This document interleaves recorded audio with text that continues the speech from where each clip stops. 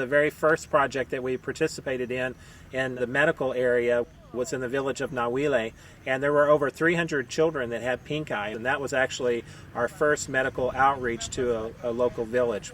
And through that also we found people like Yvonne that was suffering from a very severe head fungus. This little girl was sitting with her head covered, and I approached her, and her mother unveiled her, and as she did, she scrunched down and covered up because she was so embarrassed at her head, and her whole entire head was covered with what we call head fungus.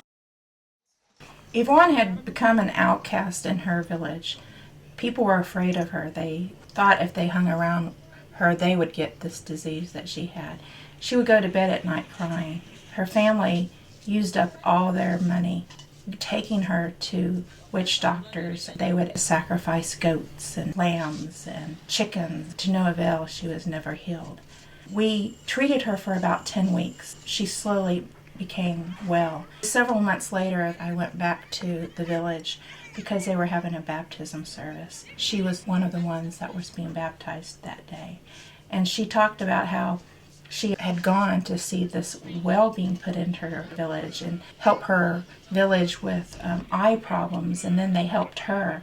And that's when she went to the church there in her village, and they taught her about Jesus Christ. We put Yvonne into our program for scholarships, where she is getting the opportunity to be a seamstress.